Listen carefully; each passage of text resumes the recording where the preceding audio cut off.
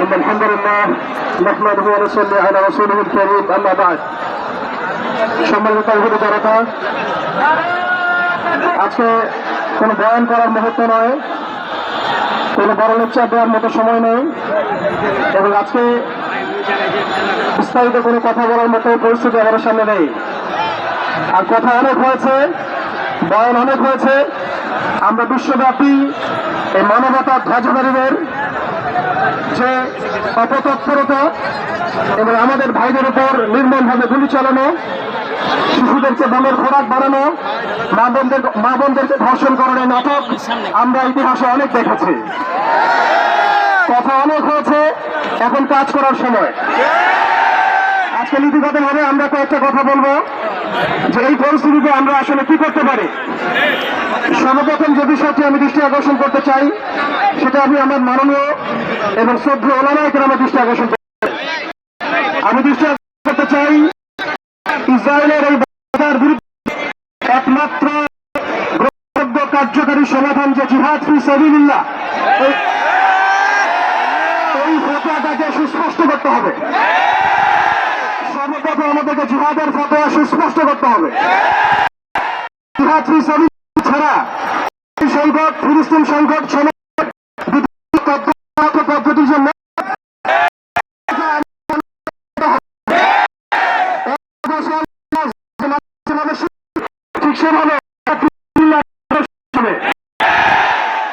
নিজামের মধ্যে পাঠ্যপুস্তক চলার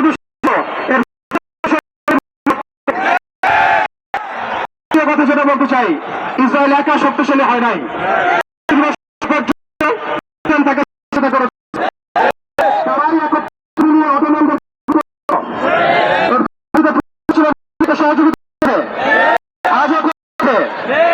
আমরা ইসরায়েলের ব্যাপারে সোচ্চার,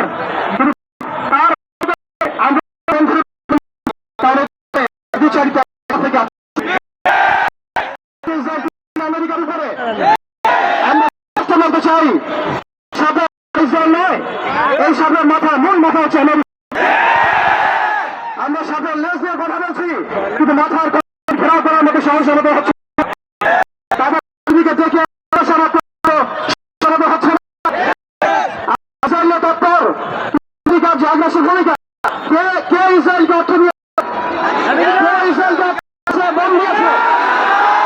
কোন সে ইসরায়েলকে বোমা দিয়েছে, করেছে? ইসরায়েলের ব্যাপারে কেন আমরা ব্যাপারে সোচ্চার হবে ছিন্ন করা একটা মুসলিম কান্ট্রি থেকে ইসরায়েলের সাথে কূটনৈতিক তৎপরতা করা। শুধু তাই নয়, আরেকটা বিষয় আছে, আমরা মৌলিক ইসলাম সম্পর্কে সচেতন। আমাদের বাড়ির পাশে আমি দেখলাম তারাবির নামাজে মসজিদ ভাঙা হলো, এই উৎসবের নামে মুসলিমদেরকে নির্মমভাবে রাস্তা আনা হয়েছে। তারা একটা অনিচ্ছ যুদ্ধ আমাদের উপর চাপিয়ে দেওয়ার চেষ্টা করছে। আমরা যতই ভালো মানুষ হতে চেষ্টা করি না কেন, আমরা এই কনফ্লিক্ট এড়াতে পারবো না। ইতিহাস আপনারা পরে দেখবেন আমরা এড়াতে পারি নাই। আমরা যতই ভালো এবং সুশীল শাসার চেষ্টা করি না কেন, যতই তাদের তন্ত্রমন্ত্রের পূজা করার চেষ্টা করি না কেন, যতই তাদেরকে সন্তুষ্ট করার চেষ্টা করি না কেন, তারা পশ্চিম কেন আমাদের উপরে অনিবার্য যুদ্ধ থেকে ফিরে থাকবে না ইনশাআল্লাহ। আসলে আমাদের উচিত আমাদের জায়গা থেকে প্রস্তুতি গ্রহণ করা। এখন আমরা কি প্রস্তুতি গ্রহণ করতে পারি এটা আপনারা সবাই জানেন। আমাদের মূল প্রস্তুতি ইমানের প্রস্তুতি, আমাদের প্রস্তুতি, তাসকিয়ার প্রস্তুতি, অর্থনৈতিক এবং সবচেয়ে বড় কথা, বাংলাদেশকে যতদিন পর্যন্ত আমরা একটা মদিনা রাষ্ট্র হিসেবে কায়েম করতে পারবো না, ততদিন পর্যন্ত আমরা রাষ্ট্রীয়ভাবে এই সমস্যার সমাধান করতে পারবো না। একজন ব্যক্তি কখনো রাষ্ট্রের বিরুদ্ধে যুদ্ধ করতে পারে না, একজন ব্যক্তি কখনো রাষ্ট্রের বিরুদ্ধে যুদ্ধ করতে পারে না। কিন্তু বাংলাদেশ যদি একটা ইসলামী রাষ্ট্র হয়, পরিপূর্ণ ইসলামী রাষ্ট্র ব্যবস্থার দিকে আমরা যেতে পারি, ইনশাআল্লাহ আমরা আন্তর্জাতিক মহলে চাপ সৃষ্টি করতে পারবো। শুধু তাই নয়, আমাদের IMF এর বিপক্ষে আমাদের ইকোনমিক সিস্টেম দাঁড় করাতে হবে, ওয়ার্ল্ড ব্যাংকের এগেইনস্টে আমাদের ব্যাংকিং সিস্টেম দাঁড় করাতে হবে। ওদের ইউনাইটেড নেশনস সই করেছে, ওদের মানবতা সংগঠনগুলো সই করেছে, এগুলোর এগেইনস্টে আমাদের ঐক্যবদ্ধ প্ল্যাটফর্ম নিয়ে আসতে হবে। এজন্য অবশ্যই আমাদেরকে একটা ইসলামিক রাষ্ট্রের দিকে যেতে হবে। ভাইরা, এখন কথা বলার সময় নয়, কাজ করার সময়।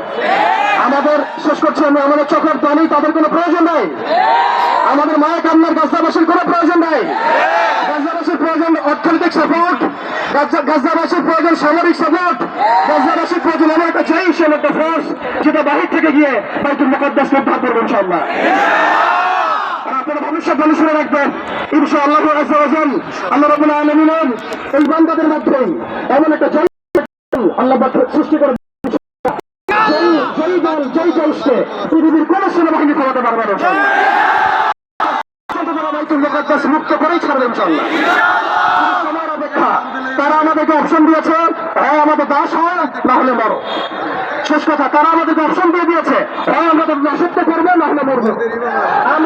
আমরা মনে দিচ্ছি আমরা দাসত্ব করবো না, আমরা হয় শহীদ হবো অথবা স্বাধীনতা ছিনিয়ে নিয়ে আসবো ইনশাআল্লাহ।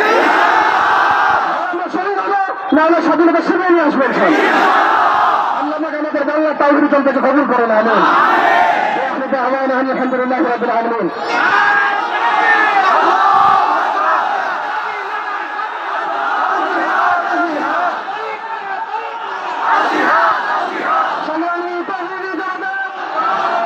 এবার